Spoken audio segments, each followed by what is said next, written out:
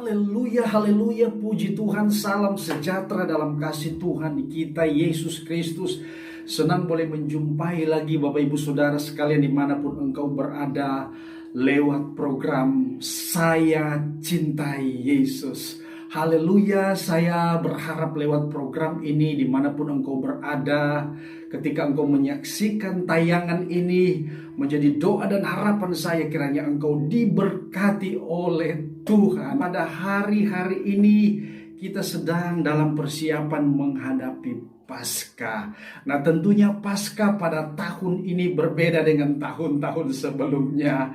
Bapak Ibu yang dikasihi oleh Tuhan, kalau tahun-tahun yang lalu kita boleh merayakan Paskah dengan penuh kemeriahan. Kita boleh merayakan Paskah dengan sebebas-bebasnya engkau akan beribadah di gedung gerejamu masing-masing dan lain sebagainya. Tetapi pada tahun ini mungkin agak sedikit berbeda. Kita merayakan Paskah di rumah masing-masing Bapak Ibu. Tetapi saya mau katakan, apapun situasi yang kita hadapi saat ini tidak mengurangi sukacita kita dalam kita merayakan Paskah Yesus Kristus. Saat ini saya ingin kita sama-sama akan melihat bagaimana sikap kita dalam menghadapi Paskah. Sama semasa persiapan tentunya sebagai orang Kristen ada banyak cara yang dia lakukan untuk menghadapi Paskah. Mungkin dia akan melengkapi rumahnya dengan aksesoris Paskah. Dia akan memakai salib di mana-mana dihiasi dengan telur dan lain sebagainya. Bagaimana Alkitab katakan atau seperti apa Alkitab catat? Orang-orang yang menghadapi Paskah ketika menghadapi persiapan di mana Yesus akan diserahkan untuk disalibkan, apa respon, bagaimana sikap umat-umat Tuhan yang ada pada saat itu. Nah, Bapak Ibu yang dikasihi Tuhan, kalau kita sama-sama melihat di dalam Alkitab yang saya kutip di dalam kitab Matius pasal yang ke-26 mulai ayat 1 sampai ayat yang ke-29.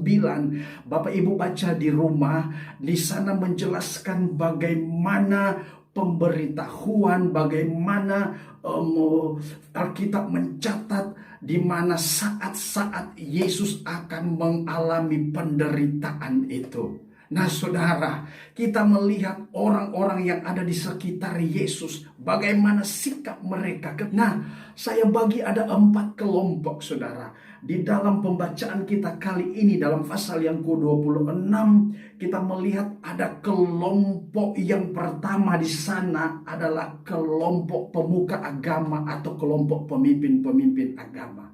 Nah, ketika Yesus mau diserahkan, nah saudara, firman Tuhan berkata di sana, pada waktu itu berkumpullah imam-imam kepala dan tua-tua bangsa Yahudi di istana imam besar yang bernama Kayafas, dan mereka merundingkan sesuatu rencana untuk menangkap Yesus dengan tipu muslihat dan untuk membunuh dia. Nah, dari hal ini dapat kita melihat bahwa kelompok pemuka agama ini dalam hal ini adalah pemuka agama Yahudi, pemimpin agama Yahudi. Mereka mengadakan suatu persekongkolan, mereka mengadakan sebuah rencana yang jahat untuk menyerahkan Yesus, untuk membunuh Yesus. Nah saudara, sikap dari kelompok ini adalah sikap yang sangat tidak baik. Sikap dari kelompok ini adalah sikap yang tentunya tidak mencerminkan anak-anak Tuhan, tidak mencerminkan karakter Kristus. Saat-saat di mana Yesus mau diserahkan, justru mereka membenci dia. Hati-hati saudara yang dikasihi Tuhan. Di dunia ini pun sampai saat ini pun masih banyak orang yang membenci Yesus. Banyak orang yang tidak mengakui kematian, kebangkitan, dan kenaikan Yesus ke sorga. Bahkan mungkin sampai saat ini masih ada gereja-gereja yang dipersekusi. Sampai saat ini masih banyak orang-orang percaya yang dianiaya, yang ditekan. Artinya apa? Kita gereja Tuhan dibenci karena kita cinta Yesus. Karena kita mempercayai kematian, kebangkitan, dan kenaikan Yesus ke sorga. Tetapi saudara, saya mau katakan, biarlah jangan sampai kebencian ada di hati kita. Jangan sampai itu roh kebencian memenuhi hidup kita sehingga kita tidak ada sukacita dalam merayakan Paskah. Pesan saya untuk kelompok yang pertama ini, saudara, jangan kita ikuti tabiat mereka. Itu hal yang tidak baik. Allah tidak menyukai orang-orang yang membenci sesamanya. Kita melihat kelompok yang kedua, saudara. Kita membaca di dalam ayat yang ke-14 sampai ayat yang ke-6. Di sana mencatat bagaimana menceritakan tentang Yudas. Nah, saudara, justru di saat-saat Yesus mau diserahkan, bukannya Yudas mau membela Yesus. Justru di saat-saat Yesus mau menghadapi suatu penderitaan, bukannya Yudas selalu mau mendampingi Yesus. Saudara yang dikasih itu, justru sebaliknya, Yudas memanfaatkan kesempatan itu untuk dia mencari keuntungan, di mana dia menjumpai pemimpin-pemimpin agama Yahudi untuk menjual Yesus. Ini sesuatu hal yang sangat menyedihkan tentunya. Sudah sekian lama engkau mengikuti Yesus, sudah sekian lama engkau mengiringi Yesus, ada banyak mujizat yang engkau lihat. Jangan sampai di akhir hidupmu engkau mengkhianati dia. Saudara, di akhir zaman ini pun banyak orang yang mengkhianati Yesus. Karena harta, karena jabatan, karena mencintai perempuan yang tidak seiman. Saya mau katakan pada kesempatan ini, bertobat Bapak Ibu yang dikasihi Tuhan. Jangan karena kita lebih mementingkan kepentingan kita masing-masing. Jangan sampai kita mementingkan egois kita, sehingga kita mengorbankan iman percaya kita kepada Tuhan. Jangan sampai hal itu terjadi. Jangan sampai kita mengikuti jejak Yudas. Saya berdoa dimanapun engkau berada menyaksikan ini, saudara, ambil keputusan untuk kita meninggalkan segala keegoisan kita. Pertahankan imanmu sampai Yesus datang pada kali yang kedua. Haleluya. Kelompok yang ketiga, saudara, kalau kita membaca di dalam ayat yang ke-17 sampai ayat yang ke-25, di sana kita melihat ada murid-murid Yesus yang sedang mempersiapkan perjamuan Paskah.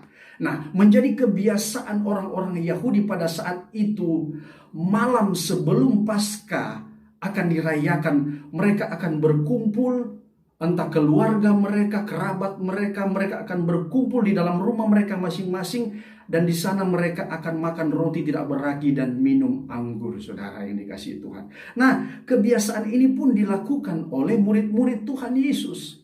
Nah, kalau kita membaca di sana di dalam ayat yang ke-17 sampai ayat yang ke-25, jelas di sana bagaimana murid-murid mempersiapkan Paskah. Dengan kata lain, saudara, ini adalah sebuah tradisi, ini adalah sebuah kebiasaan, ini adalah sebuah rutinitas bagi murid-murid Yesus sebelum menyambut perayaan Paskah. Nah, saya mau katakan, Bapak Ibu yang dikasihi Tuhan, jangan sampai perayaan Paskah itu hanya sebagai sebuah rutinitas. Jangan sampai perayaan Paskah itu hanya sebagai sebuah tradisi. Tetapi engkau harus menyadari makna dari Paskah yang sesungguhnya. Di sana kita mau mengalami perjumpaan dengan Tuhan. Paskah mengingatkan kita bagaimana pengorbanan Yesus. Paskah mengingatkan kita bagaimana Yesus sudah menebus saudara dan saya. Firman Tuhan berkata, dengan harga yang mahal, lunas, saudara yang dikasihi Tuhan. Kita tidak bisa dapat membalas pengorbanan Yesus. Nah, oleh sebab itu bagaimana caranya kita bisa membalas apa yang sudah Yesus korbankan bagi kita di kayu salib? Tentunya dengan cara kita mau merayakan Paskah, bukan dengan cara-cara hanya sekedar tradisi, tetapi kita menyadari bahwa kita mengingat kembali pengorbanan Yesus yang sudah menebus saudara dan saya, yang memberikan kita kehidupan yang kekal. Ini yang harus kita sadari, dan tentunya lewat momen Paskah adalah momen di mana untuk kita merendahkan diri di hadapan Tuhan, kita memuji memuliakan Tuhan, dan hidup kita mengalami pemulihan, hidup kita mengalami pertobatan. Haleluya. Kelompok yang keempat, saudara, ini yang menarik perhatian saya. Kalau kita memperhatikan di dalam ayat yang ke-6 sampai ayat yang ke-13, di sana menjelaskan ada seorang perempuan yang datang membawa buli-buli pualam berisi minyak wangi. Firman Tuhan berkata ketika dia berjumpa dengan Yesus, dia mengurapi Yesus, saudara. Ketika dia berjumpa dengan Yesus, dia mencurahkan minyak itu di atas kepala Yesus. Ketika dia berjumpa Yesus, dia mencurahkan minyak itu di atas kepala Yesus. Dia mau mengurapi Yesus. Ketika peristiwa itu terjadi, ada banyak orang-orang di sekitar dia yang melihat hal itu adalah sebagai sebuah pemborosan. Nah, Bapak Ibu yang dikasihi oleh Tuhan, kalau kita coba membuka di dalam kitab Lukas pasal yang ke-7, ayat yang ke-37 di sana, perempuan itu tidak lain dan tidak bukan adalah Maria. Dia adalah perempuan yang berdosa. Kenapa dia melakukan? Dia mengorbankan minyak yang mahal, minyak wangi yang mahal itu untuk mengurapi Yesus, saudara. Kalau kita melihat ceritanya, ternyata Maria ini, dia menyadari, dia mensyukuri bahwa ketika dia berjumpa dengan Yesus, dia mengalami perubahan hidup. Dari hidup yang berdosa, dari hidup yang lama kepada hidup yang baru. Walaupun minyak itu mahal harganya, tetapi tidak sebanding dengan pengorbanan Yesus di atas kayu salib. Bapak Ibu yang dikasihi oleh Tuhan, perempuan di sini berbicara tentang gereja Tuhan di akhir zaman. Kita mau bersikap sama seperti perempuan yang ada di dalam cerita Alkitab ini. Dia rela berbuat segala sesuatu, dia rela mengorbankan harta miliknya yang termahal sekalipun untuk berjumpa dengan Yesus, untuk mengurapi kepala Yesus. Saudara yang dikasihi Tuhan, ada harga yang harus kita bayar untuk menjadi anak-anak Tuhan. Haleluya. Di sini perempuan ini dia mau melakukan yang terbaik bagi Tuhan. Masa menyambut Paskah, persiapan menyambut Paskah, perempuan ini dia melakukan hal yang terbaik bagi Tuhan. Dia memberi yang terbaik bagi Tuhan dengan penuh rasa cinta kasihnya kepada Yesus. Dia mau memberi yang terbaik. Saya ingin mengajak Bapak Ibu Saudara sekalian, biarlah mempersiapkan Paskah ini, menghadapi Paskah ini, engkau beri yang terbaik untuk Tuhan. Dengan hati yang tulus, dengan penuh rasa cinta kita kepada Yesus, kita tidak dapat membalas korban Yesus di atas kayu salib. Beri yang terbaik untuk Tuhan, lakukan yang terbaik untuk Tuhan, agar supaya engkau akan melihat bagaimana tangan Tuhan akan berkarya di dalam kehidupanmu. Biarlah momen Paskah ini menjadikan suatu momen di mana Tuhan bekerja, menjadikan suatu momen di mana Roh Allah bekerja. Engkau mengalami perubahan hidup, engkau mengalami pertobatan, sehingga nama Tuhan dipuji, nama Tuhan dipermuliakan.